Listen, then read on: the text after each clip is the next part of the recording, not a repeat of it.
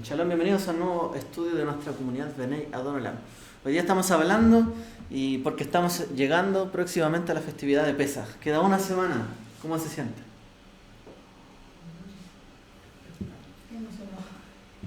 Complicado. Siempre a los que le tocan organizar la festividad, mucho trabajo. Es bastante trabajo. Así que no es nada fácil, ¿cierto? Bueno, vamos a hacer un repaso más o menos completo o bien completo de lo que es el Pesaj, ¿ya? Esa va a ser la idea de hoy. Lo primero, Pesaj, que celebra, bueno, es el evento fundamental con el cual nace, ¿cierto?, el pueblo judío, el pueblo de Israel. Se debe al día de la liberación, como decíamos en la mañana, no como el día de la liberación que llamó cierto presidente. No, este es el día de la liberación de la historia del pueblo judío, ¿cierto? Hace más de 3.300 años. Entonces vamos a hablar un poquito sobre la esclavitud, milagro, libertad, el nacimiento del pueblo, la providencia divina, algunas lecciones que se pueden aprender de todo esto, hablando un poquito sobre los 210 años de esclavitud en Egipto, el rescate de cuando fueron liberados, los 10 milagros o 10 plagas que llaman algunos, ¿cierto? O como las conocemos. Y finalmente, cuando se partió el Mar Rojo. Muy rápidamente, veamos. Lo primero, ¿cierto? La revisión histórica.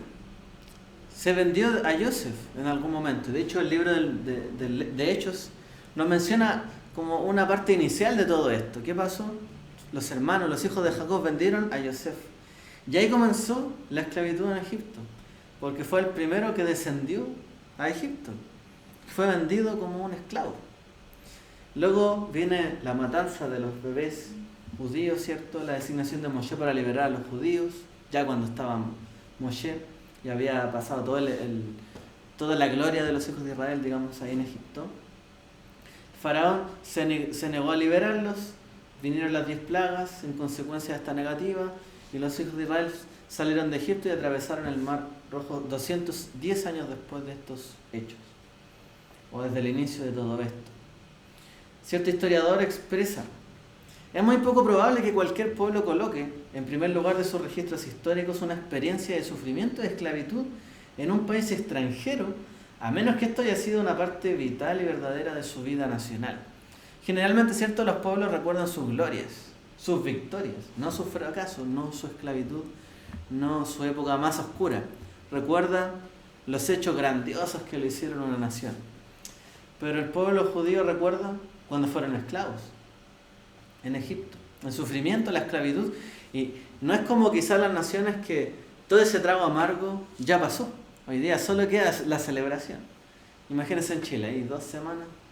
Bueno, digo 2 semanas. Todo el mes de septiembre se celebran las fiestas patrias, todo lo que fue esa primera Junta Nacional. En realidad se celebra todo en esas fechas.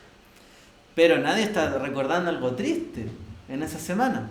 En cambio nosotros, o el pueblo de Israel, en Pesaj, come del sufrimiento, recuerda amarguras, lágrimas, ¿cierto? Y momentos difíciles. No cualquier nación hace esto. Es difícil nombrar a cualquier otro pueblo que haya abrigado esta idea de una esclavitud ficticia como parte de su mitología religiosa o política. O sea, digámoslo así, ¿qué pueblo podría inventarse que fueron esclavos como una epopeya nacional y que lograron ser libres? O sea, como para inventarse una historia así, no hay otro pueblo que se haya... Generalmente las naciones dicen que fueron grandes, tiempo atrás, que los dioses los nombraron, pusieron a alguien allí, nacieron de la tierra, se comunicaron con estos otros, pero difícilmente una mitología sería que un pueblo invente que fue esclavo en una nación ajena. Eso es lo que está diciendo. Es poco probable que eso fuera así para los detractores del Éxodo. Los faraones ni siquiera registraron eventos reales que mostraban una imagen pobre de su destreza militar o de su perfil internacional. O sea, los faraones de hecho nunca registraron algo como esto en su, digamos, en toda la historia, ¿cierto?, que se puede encontrar allí, ya sea en los papiros, en las jeroglíficos escritos en las murallas, ¿cierto? Ellos no ponían las cosas negativas. Esto es para ver un poquito de evidencia, ¿cierto?, del Éxodo. Más evidencia. Hay un pergamino que se llama del Lut. Este pergamino del Lut, un rollo egipcio que data del periodo de los esclavos, de la esclavitud de los israelitas, relata cómo grupos de trabajadores eran guiados por dos supervisores nombrados de entre su propio pueblo, tal como los esclavos hebreos se reportaban directamente ante superiores hebreos, quienes a su vez tenían superiores egipcios. Eso es como se menciona en el libro del Éxodo 5:14. Cada trabajador tenía que fabricar una cuota diaria de ladrillos, 2000, un concepto que está expresado en Éxodo 5:16-19. Finalmente, este pergamino del Lut afirma que los esclavos podían pedir tiempo libre para observar sus festividades religiosas, lo cual hace que parezca más razonable el pedido de Moshe en Éxodo 5:3. O sea, si es que estos esclavos tenían algún tipo, ¿cierto?, de designación, de un día libre para hacer su acto ritual, bueno, Moshe también pide algo similar. Esto nos da en el fondo que el libro está dentro de un contexto posible y real de aquel entonces.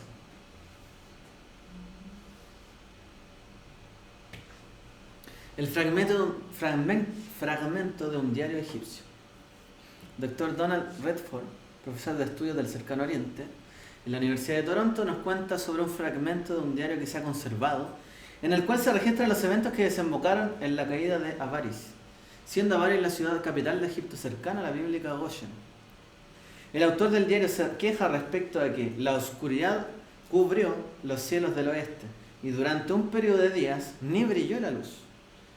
Redford confiesa que la sorprendente semejanza entre esta catastrófica tormenta y algunas de las plagas que cuenta la tradición, como la de la oscuridad, parece algo más que simple casualidad.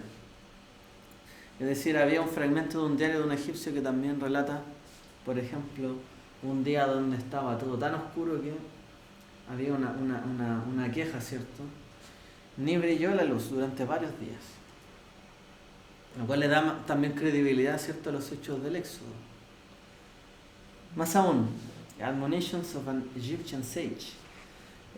Aproximadamente en el año 1300 antes de la era común, dice lo siguiente: las plagas atraviesan, esto es un papiro egipcio, que dice lo siguiente: las plagas atraviesan la tierra, sangre en todas partes, similar a lo que dice el Éxodo. Esto está en el Museo de Leiden, Holanda.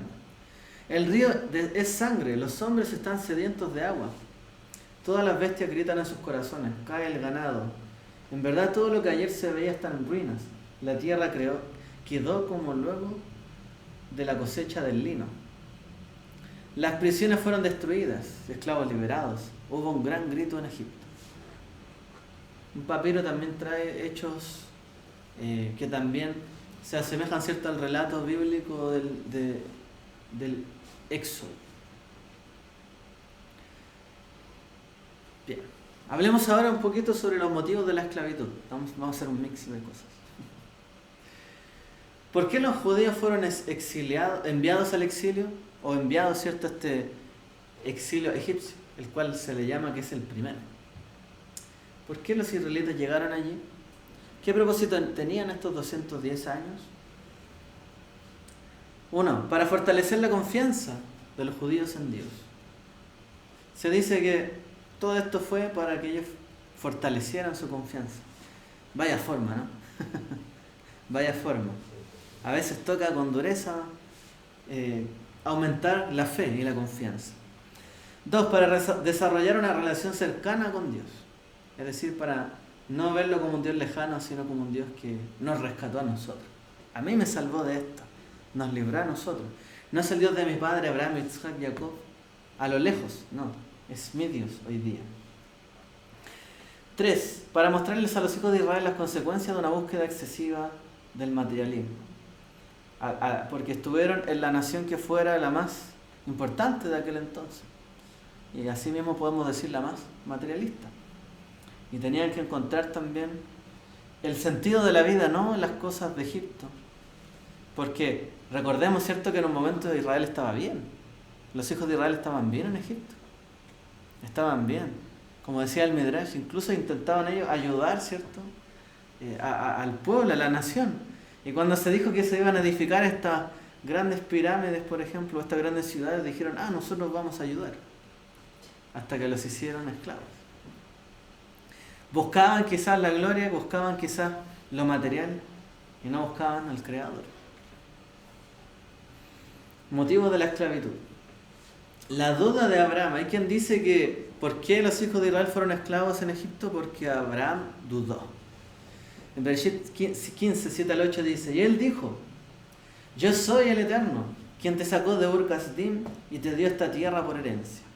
Él dijo, Dios eterno, ¿cómo sabré que la he de heredar? Y ahí, en esa pregunta, donde dice, ¿cómo sabré que la he de heredar?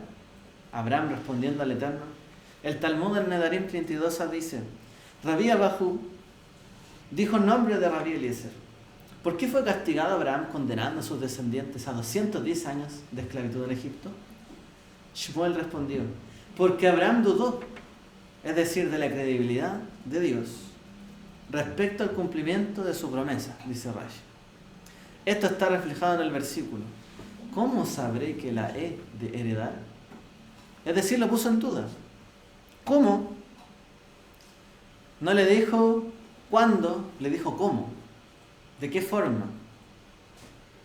¿Quieres saber la forma? Bueno, tendrás que averiguarla. le diría el Eterno, ¿cierto? Ese cómo, esto es como cuando, pongámoslo así, usted le quiere dar una sorpresa a alguien y de hecho se la da. Digamos que es un niño, o no, ya su pareja, o la esposa, o el esposo.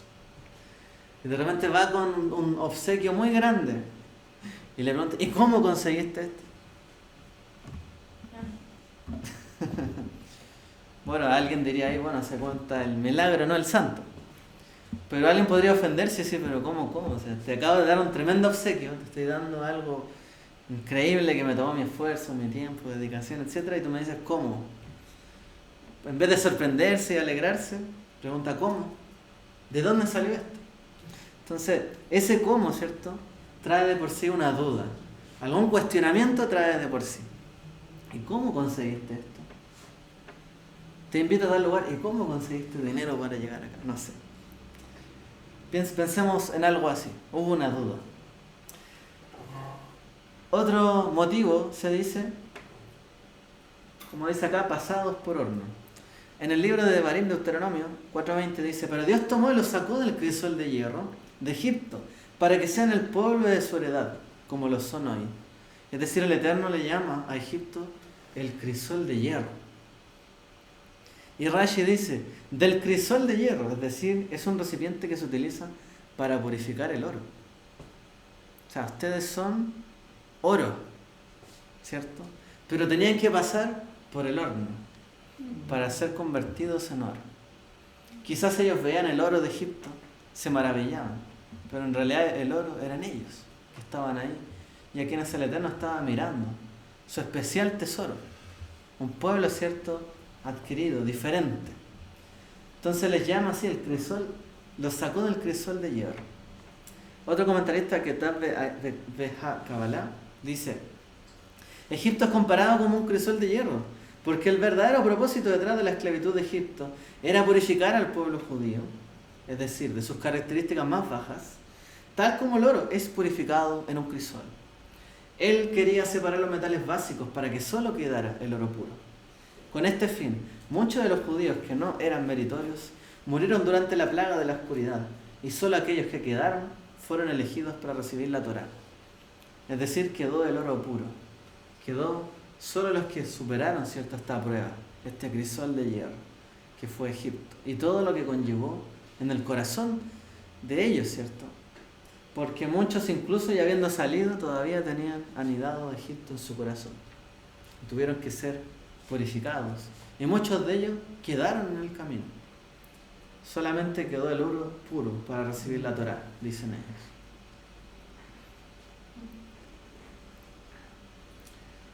Otro motivo, total dependencia de Dios. El propósito del éxodo de Egipto era que supiéramos que Dios nos sacó de allí, porque cuando una persona lo olvida y se enorgullece, diciendo mi fuerza, mis habilidades provocaron mi éxito, como dice Devarim 8:17, entonces debe ser llevado a un estado de indefensión para demostrarle que todo viene de Dios. Para que no dijeran mi fuerza y mis habilidades lograron mi éxito. Tuvieron, ¿cierto?, tuvieron que salir de allí. Quizás un pueblo donde Yosef los dejó cómodos, los dejó muy cómodos, pero tenían que estar en una condición donde dijeran en realidad, yo no llegué hasta aquí solo. Hay personas que a lo mejor tienden a pensar así, yo llegué hasta aquí solo por mí. Bueno, en realidad nada de lo que hemos hecho en esta vida muchas veces lo hemos hecho solo. Ya solo por el hecho de vivir, es que ya, o sea, tú no elegiste venir a este mundo, como para decir yo vine solito y solito me las arreglo. Dependimos de alguien siempre, desde que nacemos. Por lo tanto, no considerar que en lo más mínimo dependemos de Dios, en los logros que tenemos, es un grave error. Y mucho más para los que creemos en Dios. El pueblo tenía que reflexionar acerca de esto. Más razones. Esfuerzo y búsqueda de lo espiritual. Cuando Israel debió prepararse para aceptar la Torá, Dios no los envió a la yeshiva celestial de donde Moshe tomó la Torá, sino lo contrario. Él los envió a la servidumbre en Egipto para ser esclavos de un pueblo que se había hundido hasta los 49 niveles de impureza. Dicen los sabios, que tiene que ver con la cuenta del hombre, algunos lo mencionan. 49 días se cuenta. Descendieron a lo más bajo, ¿cierto? De hecho, no sé si ustedes han visto, pero más allá de todo lo que se ve de los edificios increíbles de Egipto, al menos yo, de todo lo que he investigado, los egipcios eran un pueblo muy liberal, bastante liberal. Eran como los griegos, muy similares, o sea, tenían una vida sofisticada, de mucha cultura, pero también hacían muchas de las cosas que Dios abomina, ¿cierto?, en la Torá, por ejemplo, respecto a ciertas prácticas sexuales. E inventaron un montón de cosas que hoy día se conocen, inclusive. Y dentro de sus casas hacían hartas cosas que eran, en ese tiempo, ¿cierto?, mirado con una imagen, como aquí dice, depravada, alejada de Dios. Bueno, ellos tenían muchas prácticas así. No voy a mencionar todas las cosas que, más que nada por el contexto, pero sí tenían muchas prácticas que eran propias, ¿cierto?, de cultura, que querían experimentar cosas. Llegaron hasta esos niveles los egipcios. Esta esclavitud los llevó a un estado en el cual gritaron a Dios para volver a Él. ¿Cierto? Dice, y clamaron a Dios. Y Dios se acordó de ellos. Este retorno a Dios, es decir, la Teshuvá, comenzó en el extremo opuesto de la esclavitud física y la frustración. Fue la causa de su asombroso ascenso hasta el nivel espiritual necesario para recibir la Torá. Es decir, primero fueron redimidos, ¿cierto?, en lo físico, y luego hasta alcanzar los niveles de espiritualidad más elevados. De hecho, esto es así. Por ejemplo, imagínese una persona que ha caído tan bajo que tiene que llegar a la cárcel. Es difícil que una persona en la cárcel pueda alcanzar un nivel espiritual muy elevado. Vive prisionero no solamente de algo físico, de algo espiritual.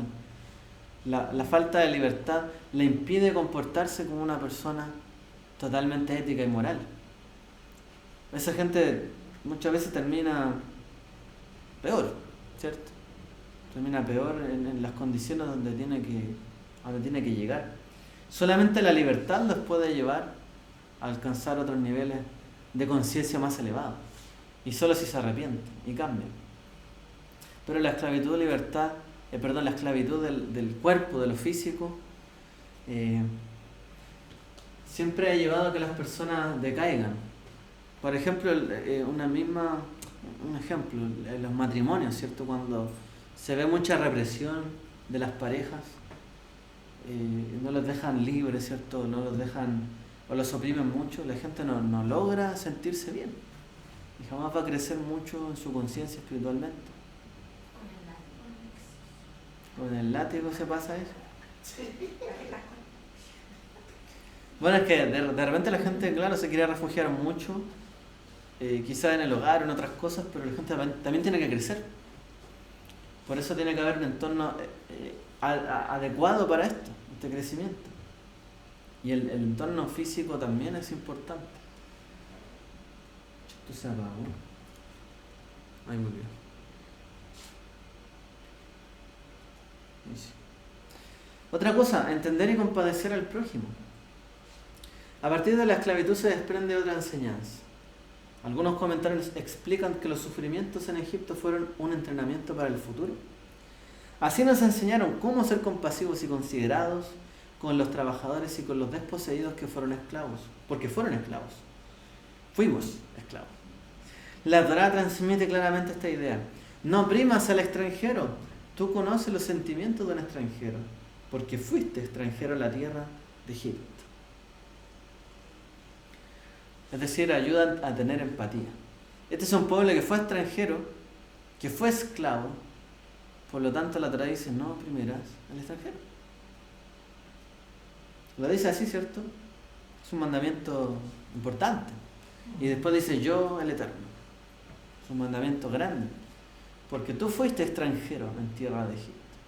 Tienes que entender esto, esta situación. Por supuesto, un pueblo que tiene que ser ejemplo para los demás. No puede ser un pueblo discriminatorio ni racista. Ni un pueblo que oprima a otros. Tiene que ser un pueblo, ¿cierto?, que busque una solución para la opresión del prójimo. Lo dejo ahí. Porque hoy día, ¿cierto?, Israel se ve enfrentado a esto o no. Claramente, ¿cierto? Hay un oprimido ahí, muy cercano, ¿cierto?, que es a su vez un enemigo, pero que de alguna u otra forma tiene que buscar Israel las formas de no oprimirlo, de tratarlo bien en sus fronteras, dentro y fuera de sus fronteras. Bueno, otros motivos más, y ya vamos llegando a lo último de los motivos. La liberación de la esclavitud espiritual.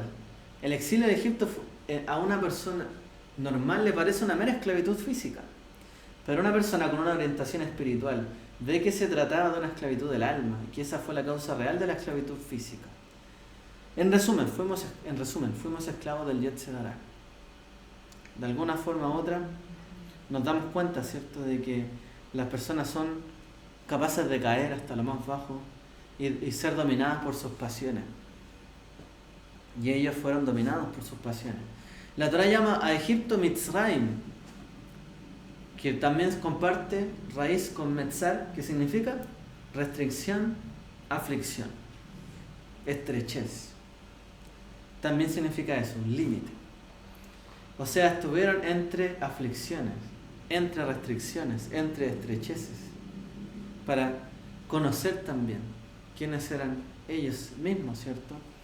El título que se le da a los reyes egipcios en hebreo es Paró. Y también esto es significativo.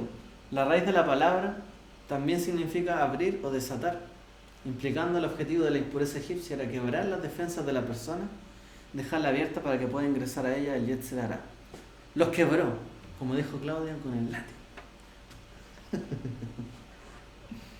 Los quebró, los castigó, ¿cierto? Los dañó, finalmente para que hubiese una apertura. Cuando una persona daña mucho a otra, genera una apertura para el dolor, el resentimiento, el odio o algo. Algo entra ahí, ¿cierto? Entonces esto es lo que provocó el faraón. Odio, resentimientos, etc. Por eso es cierto, cuando gobiernan personas que realmente son opresores, todos sufren a la larga. Todos sufrimos, ¿cierto? Porque de alguna forma u otra la gente termina dañada. Y ahí es donde el Yetzer Hará, o la mala inclinación, empieza a anidar, ¿cierto?, esa semilla en el corazón de las personas. Y es muy difícil salir de acá. Nosotros, ¿qué podemos decir? Cada cual tiene su Egipto, su propia esclavitud y tentación, que inhiben nuestro crecimiento personal. Por ello, cada año el Seder es una noche diferente a todas las noches. Todas las noches del año, diferente a todas las noches del año, pero también a todas las otras noches de ceder que vivimos, porque cada uno tiene su propio Egipto y sus propias esclavitudes. Cada año nos vemos enfrentados, ¿cierto?, a alguna de estas. La Agadá de Pesaj afirma: en cada generación la persona está obligada a verse a sí misma como si hubiera salido personalmente de Egipto. En otras palabras, cada uno debe verse a sí mismo como si hubiera salido de Egipto. Está insinuado en el versículo de la Torá que dice: le dirás a tus hijos en ese día diciendo, es por lo que Dios hizo por mí cuando salí de Egipto. O sea, cada cual debiese verse reflejado el día de hoy como saliendo de Egipto y dando el ejemplo. El versículo no dice lo que Dios hizo por nosotros, sino dice por mí, como si tú también hubieras salido de Egipto. ¿Qué más podemos mencionar? En un nivel más profundo, cada persona judía que vive hoy en día es una parte de una entidad llamada el pueblo judío. Puesto que todo el pueblo judío salió.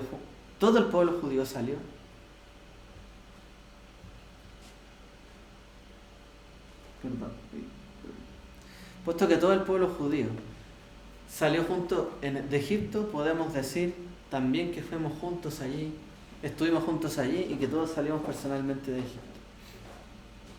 Somos un pueblo. Hablando un poquito ahora sobre las cosas que son los mandamientos de estos días. Son bastantes los mandamientos. Qué cosas que tenemos que recordar nosotros y mantenerlos ahí, ¿cierto?, en nuestra mente. Dice, bueno, la Torá menciona: Vejilla Buritgen Ger Beasa Pesach Ladonai Vejukat a Pesach que Mishpato. Si un extranjero que reside entre ustedes ofrece un sacrificio de Pesach a Adonai, lo hará conforme a las reglas y ritos del sacrificio de Pesach. Habrá una misma ley para ustedes, sean extranjeros o ciudadanos del país. Veamos entonces cuáles son los mandamientos de estos días que tenemos que recordar. Si bien a Israel se le ordena sacrificar un cordero pascual y traer sacrificios adicionales anualmente en esta fecha de Pesaj, no podemos hacerlo debido a la falta de un sacerdocio y de un templo. Pero todos los demás mandamientos siguen siendo relevantes y aplicables como parte del recuerdo del éxodo de Egipto. Es decir, si bien hoy día el sacrificio pascual no se puede llevar a cabo porque ni hay sacerdote, ni hay templo para poder hacerlo, porque recordamos, ¿cierto?, que primero el Pesaj fue en Egipto, luego los mandamientos se dieron en el desierto, y cuando ya entraron, ¿cierto?, en la tierra de Israel, que precisamente cayó en esos días, se dijo que también que tenían que llevarlo al lugar que Dios, ¿cierto?, iba a mostrar que era, que finalmente era el templo. Entonces pasó de ser una celebración tribal o de casa a ser una celebración nacional, con un templo y el pueblo peregrinando hasta ahí. Pero ¿cuáles mandamientos sí se pueden cumplir perfectamente, ¿cierto?, en nuestros días? Dice la Torá, Levítico 23:7: el primer día tendréis santa convocación, no haréis ningún trabajo servil. Primer día es, por lo tanto, un Shabbat. Esta es una instrucción positiva, mandamiento número 96. Es el precepto de descansar el primer día de Pesaj. Así que este año cayó también un Shabbat. Así que es más fácil, ¿no?, para la mayoría. Así que le hacemos check.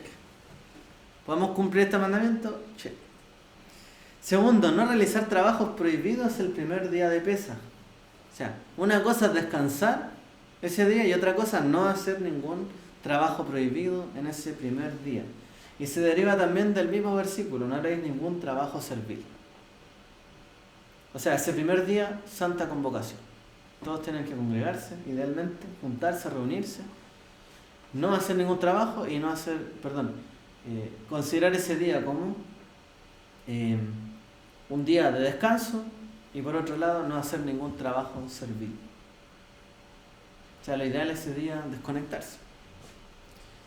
Otro mandamiento que se puede cumplir: descansar el séptimo día de Pesaj. Durante 7 días presentaréis una ofrenda encendida a Adonai Pero el séptimo día será santa convocación y no haréis ningún trabajo servil. Este cierto es el mandamiento positivo número 98 del Mishneh Torah y es descansar de todo trabajo el séptimo día de Pesaj. Otro mandamiento de Pesaj. Y por supuesto, como dijimos anteriormente también, no hacer ningún trabajo prohibido en el séptimo día de Pesaj. Guardar descanso y a su vez no hacer ningún trabajo prohibido. Séptimo día de Pesaj, sí. Un Shabbat. Claro, debe ser con oraciones, etcétera. A ver, ¿qué día acá este año? No. Como todavía no he visto. A ver, primer día de Pesaj. Sería acá, 13. 2, 3, 4, 5, 6, 7. Es el Shabbat, el Shabbat. El próximo Shabbat. ¿No es el 14 de Nisan? Sí, es el primer día. En la tarde. Nisan, ¿no?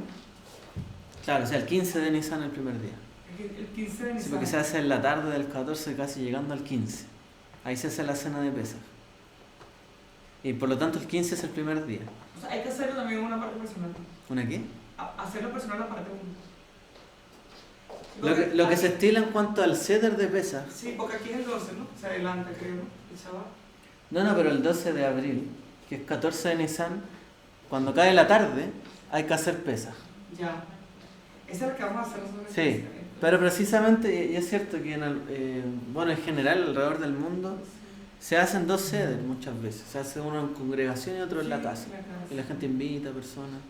A veces el primero en la casa y el segundo en la comunidad, a veces al revés. En nuestro caso sería al revés, si alguien quiere.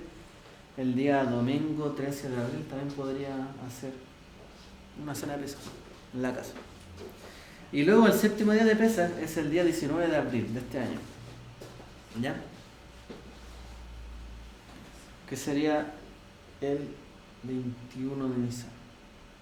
Otro mandamiento de esta festividad: no comer alimentos leudados en la tarde del 14 de Nisan. ¿Cierto? Por eso es preferible próximo Shabbat no hacer una jalá, porque no hay que comer nada leudado, ¿cierto? Entonces, lo ideal, si prepara el pan en su casa, hacerlo como sería una matzah, antes de que leude, ¿cierto? Esos 18 minutos y ya hacer el pan. ¿Se puede comer harina de maíz? ¿Ah? ¿Se puede comer harina de maíz? ¿Harina de maíz? Sí. Sí. Algunos O sea, de poderse se puede, Sí. pero en general lo que es la jalá se hace con harina de trigo. Sí, pero uno puede comer, nosotros estamos ¿Sí? Sí, lo único ¿Sí? que tienes que ver el empaque, hay algunos que dicen que pueden contener trazas de trigo. Entonces, Ya. esas no. Pero ¿cómo va a ser? Arepa no puede porque no puede hacer la bendición del pan con la de ese día del Shabbat. No, pero. No, yo digo en la semana de general, la en semana general, de No, para comer, Ah, para comer. claro. No, es que jalá, por eso digo que se hace con harina de trigo, es como un pan. La nieve no. Sí, pues estábamos hablando de jalá. Esa nieve debe tener porque. Bueno, en el fondo no se debe comer nada leudado. Claro. No es simplemente comer matzá, no. Ese día no se debe comer nada que leude. En la tarde del 14 de Nisan. Desde allí, ¿cierto? En adelante. No Como sé, dice. No sé trabajar, disculpa, sábado, domingo, lunes. Hay días que dicen 2 días que prohíben trabajo, algo así. Claro, a ver, está el Shabbat semanal que va a ser el próximo sábado. Exacto. Pesaj inicia esa tarde, ese sábado en la tarde. El día domingo es Shabbat en el fondo. Se puede dejar el lunes normal. ¿Ah? La gente trabaja normal el lunes. Sí. O sea, lo que sí. Sí. Ya. Sí, los días que están entre medio, se llaman así días intermedios, Jola Moed, Sí. y son días donde, si bien hay que guardar algunas restricciones propias de la fiesta, sí puede haber el trabajo normal. Y las restricciones son las que estamos mencionando, en el fondo. Como por ejemplo no comer alimentos leudados. Como dice, no comerás el pan leudado. Durante 7 días comerás con él pan sin levadura. Pan de aflicción, porque saliste de la tierra de Egipto con prisa.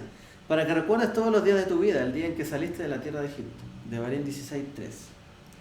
Por lo tanto, no se debe comer cosa leudada ese día 14 en la tarde de Nisan, el día de Pesaj. Por otro lado, se debe destruir toda levadura previo, ¿cierto?, ese 14 de Nisan, o ese mismo 14 de Nisan. 7 días comeréis pan sin levadura, pero el primer día eliminaréis la levadura de vuestras casas. El primer día, decir ese 14 de Nisan. Cualquiera que coma algo leudado desde el primer día hasta el séptimo será cortado de Israel. Por eso se hace esa ceremonia, ¿cierto?, esa mañana de eliminar el hametz. Porque dice, eliminaréis la levadura de vuestras casas, ese primer día. ¿Ya? Entonces el 14 de Nisan, que es como el día cuando comienza, ¿cierto?, entre las tardes, que no alcanza a ser el siguiente día, se elimina todo lo que es lo leudado. Hasta ese momento ya no puede quedar nada, y lo último que queda, destruido. Oye, una consulta. ¿Sí? Yo vivo en una pieza con una pareja de padres de adulto mayor, Ajá. pero ellos comen fatal.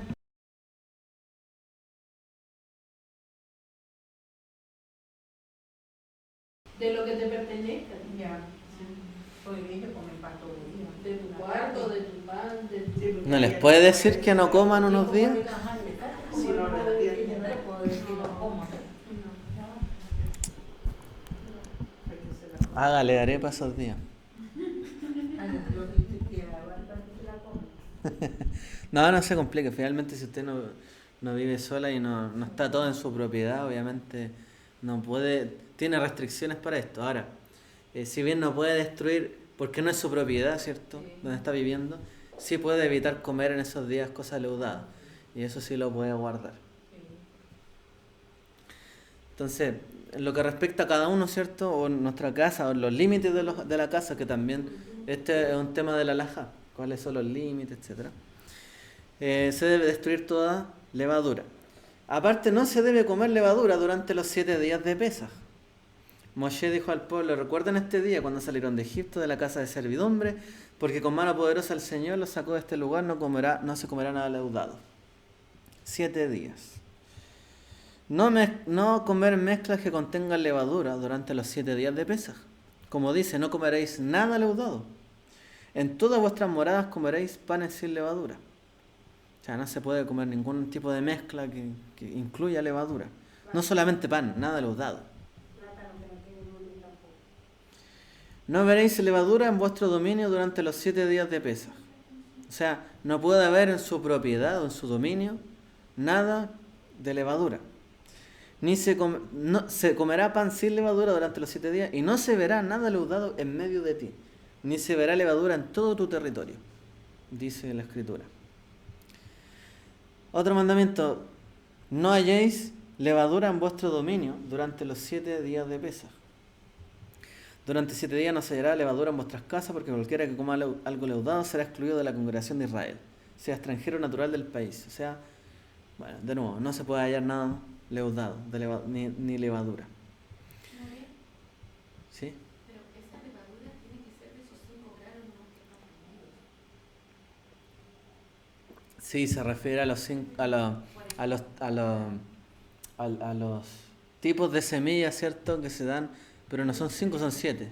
Claro, pero por ejemplo un yogur fermenta o leuda, no sé.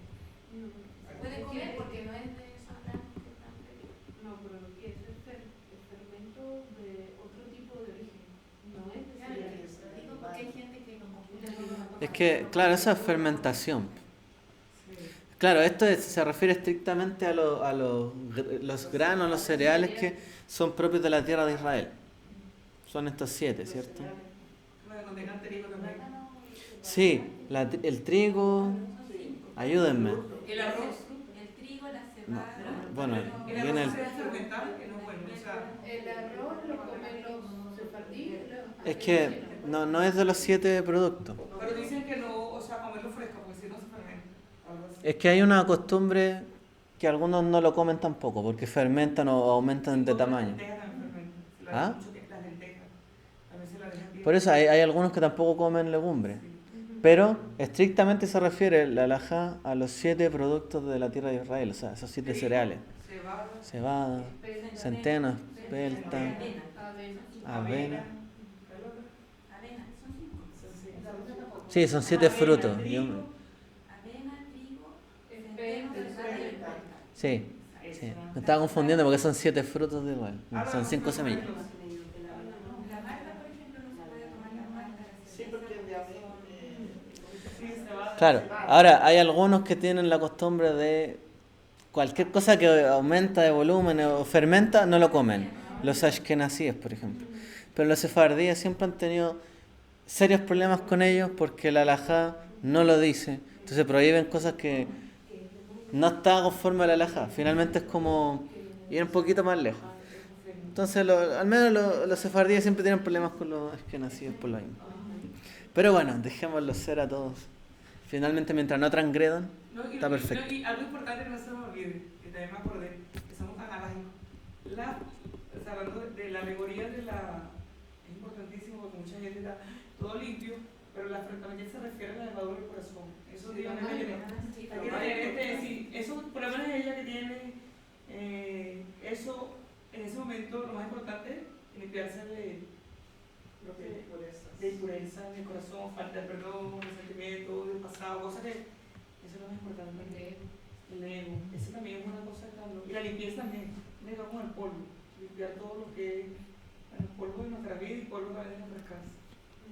Sí. Porque haríamos como el que lleva la ofrenda, esta mañana leyeron, lleva la ofrenda y si no, Jesús no Yeshua, llevamos una ofrenda, pero si no has hecho la paz con tu hermano, no traigas ofrenda. Es importante en estos días. Súper importante. Ahora, ojo porque, para mencionarlo, lo uno no quita lo otro, porque ¿qué pasa? Que en la tradición cristiana, hoy día, lo que vale es solamente la limpieza del corazón. Y no hay que hacer una limpieza en la casa ni sacar la levadura. Entonces, hay que hacer el acto, ¿cierto?, que es el mandamiento, y por ende entender lo que significa y aplica en nuestra vida con el mandamiento. Pero esto no es que solo hay que cumplir el mandamiento, el sentido espiritual del mandamiento. O sea, si alguien pretende cumplir el mandamiento cuando entienda solo el concepto espiritual, es que en realidad va a dejar de cumplir el mandamiento hasta que quiera cumplirlo. Entonces, lo ideal es aprender a cumplir el mandamiento y luego entender, ¿cierto?, o en paralelo entender lo que implica todo esto, obviamente. Pero no es lo uno sin lo otro, porque si no estaríamos negando, ¿cierto?, la efectividad de la Torá en este sentido. Eso nunca hay que perderlo de vista. Hacerlo con intención. Sí, hacerlo con intención, ¿cierto? De todas formas. Comer pan sin levadura la primera noche de Pesaj, es un mandamiento. No es como, no quiero comer esa matzá. Tiene que comer pan sin levadura esa primera noche de Pesaj. En el primer mes, el día 14 del mes por la tarde, comeréis pan sin levadura hasta el día 21 del mes por la tarde.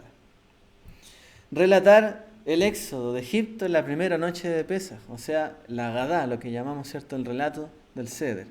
Aquel día se lo contarás a tu hijo diciendo, esto es con motivo de lo que el Señor hizo conmigo cuando salí de Egipto. Hay que relatarlo, un mandamiento. El mes de Pesaj será el primer mes, también, ¿cierto?, es un mandamiento. Este mes será para vosotros principio de los meses, para vosotros el primero de los meses del año. Considerar a Nisan, ¿cierto?, el primer mes del año. Traer ofrendas adicionales en Pesaj. Presentaréis una ofrenda encendida, un holocausto al Señor, 2 becerros, un carnero, 7 corderos de un año sin defecto. Es decir, hay que hacer... hoy día, ¿cómo se aplica? Hacen oraciones adicionales, lo que se llama musaf, en esos días, y corresponden a Pesaj. Así se recuerda, ¿cierto?, las ofrendas que se llevaban al templo. Sacrificar el sacrificio pascual a la hora señalada. Esto, ¿cierto?, deriva de la Torá donde dice, guardaréis hasta el día 14 de ese mismo mes, entonces toda la asamblea de la congregación de Israel lo inmolará al anochecer. Es el sacrificio ritual de la ofrenda de Pesaj, que hoy día, ¿cierto?, no se puede practicar, pero si hubiese templos, sacerdotes, etcétera, hay que hacerlo en la hora señalada, es decir, entre las tardes, como se explica, se discute, ¿cierto?, en el Talmud que se hacía, entre las tardes. No se puede sacrificar el sacrificio pascual estando en posesión de levadura. No ofreceréis la sangre de mi sacrificio con pan leudado, ni la grosura de mi fiesta quedará hasta la mañana del día siguiente. No se debe sacrificar ritualmente Pesaj en la víspera, cuando todavía se tenga hametz. No debe haber nada de hametz cuando se vaya a sacrificar el cordero o el corbán de Pesaj. Y se tiene que consumir en ese momento. Por eso dice, no se debe dejar la grasa del sacrificio pascual durante la noche. Hay que consumirlo todo, si no se quema en el fuego. Porque después queda inadmisible o ya no es acepto como sacrificio. Se debe sacrificar un segundo cordero pascual. En el segundo mes, a los días 14 día, al anochecer lo celebrarán, lo comerán con panes y levadura y hierbas amargas. Esto tiene que ver con la segunda ofrenda de Pesaj, el 14 de Iyar. ¿Cierto? Para la gente que no había alcanzado a celebrar el 14 de Nisan, había una segunda oportunidad.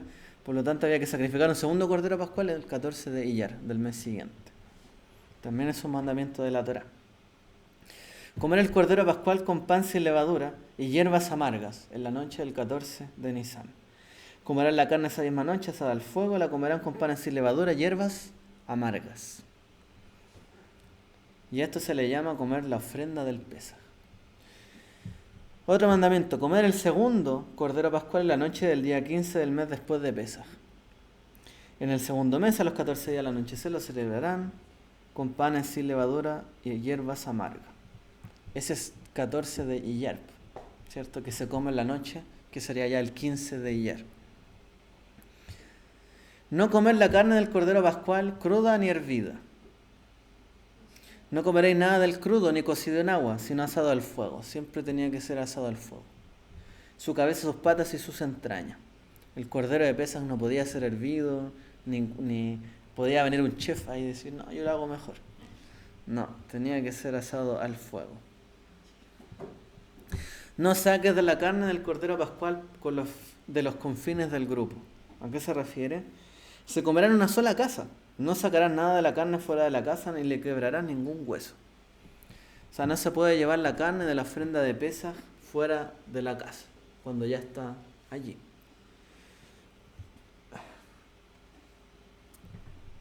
Dice también el Sefer HaChinuch, no se debe dar de comer a un apóstata parte alguna de la ofrenda de Pesaj.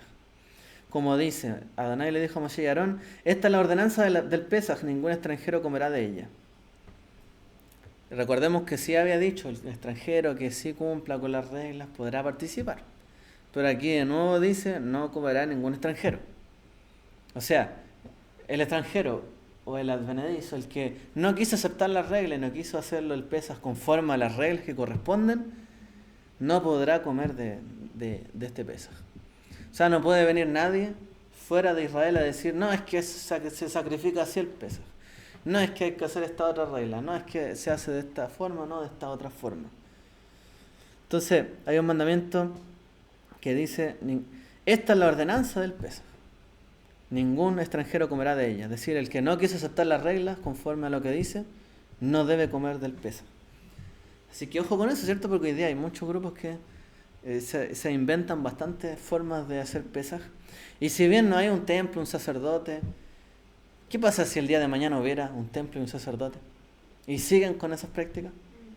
Estarían cayendo, ¿cierto?, en negar, a guardar Pesaj conforme a reglas que no corresponden. Entonces, ojo con eso.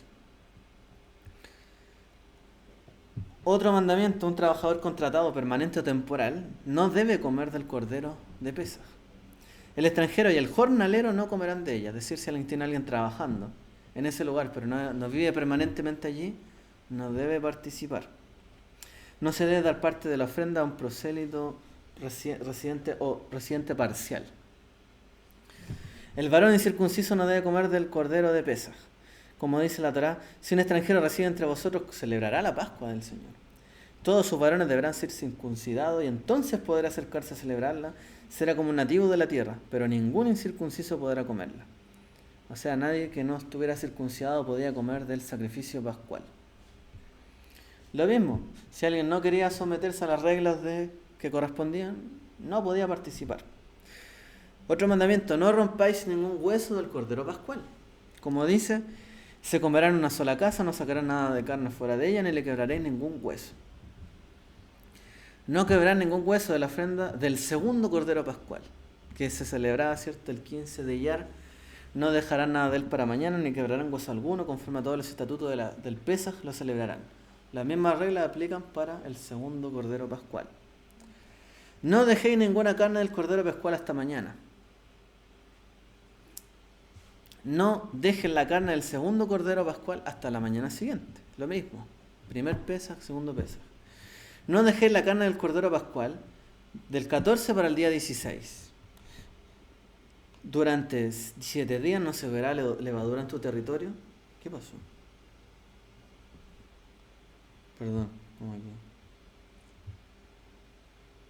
No sé qué pasó aquí. Parece que pinché. ¿Qué es eso? Perdón, que se actualizó esto y un botón nuevo.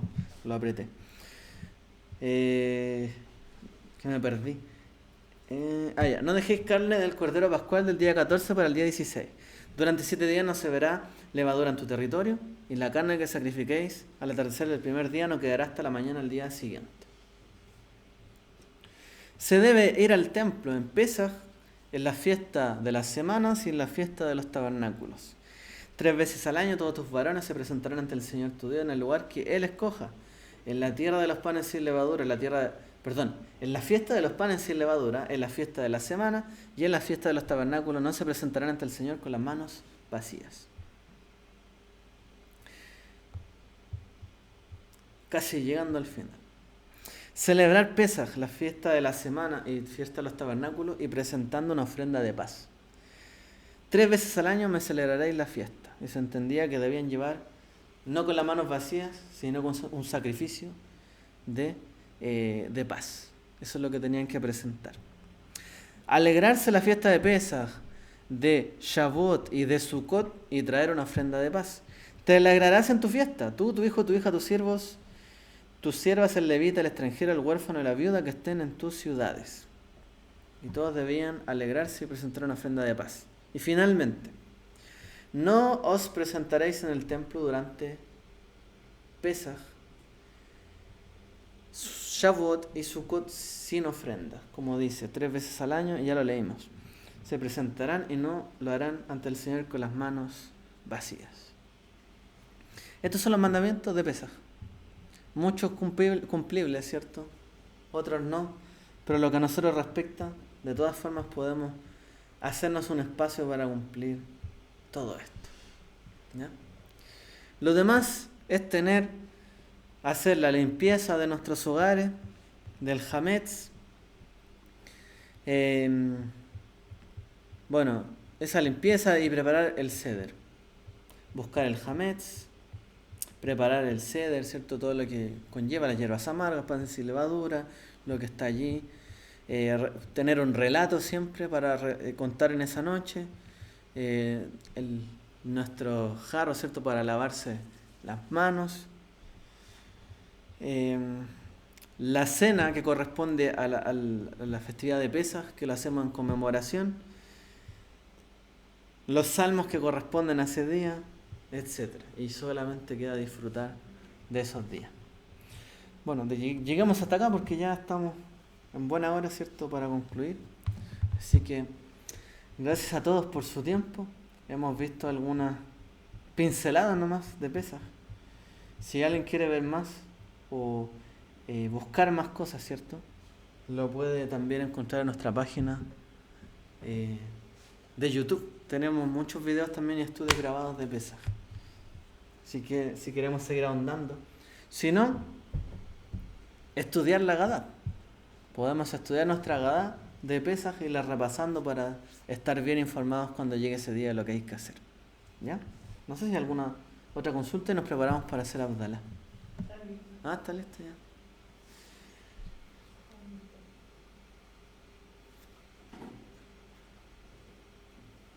Se ve y oye perfecto ya. Yo tengo una consulta. ¿Cuándo hay que hacer la oración de anulación del jardín este año? Segundo. Como es Shabbat, ese día.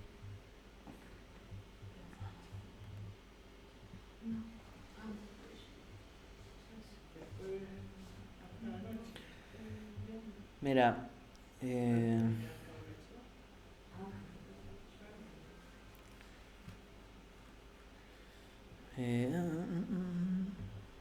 se hace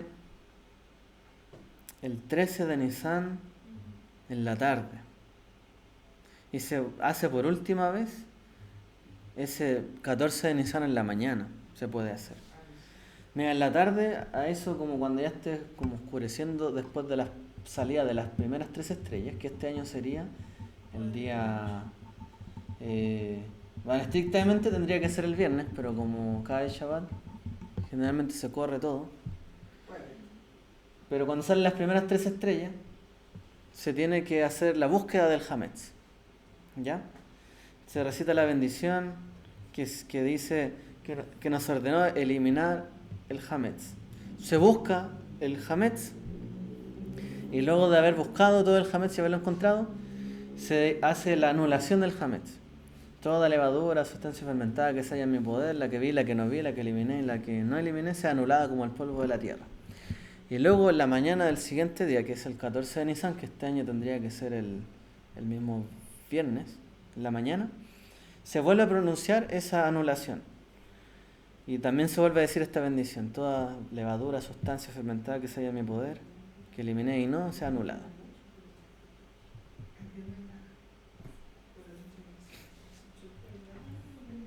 En el fondo es el mismo día, se puede hacer hasta el mismo día.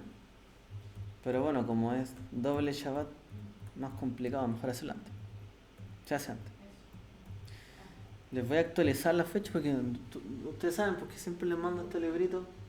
Me sale la fecha, los días, la hora, las bendiciones, pero tengo que trabajarlo. O sea, le tengo que cambiar las fechas nomás. Voy a ver si se los puedo tener mañana, para que lo tengan ahí cerquita. Se llama un Shabbat Agadol, ¿no? Algo así. Agadol.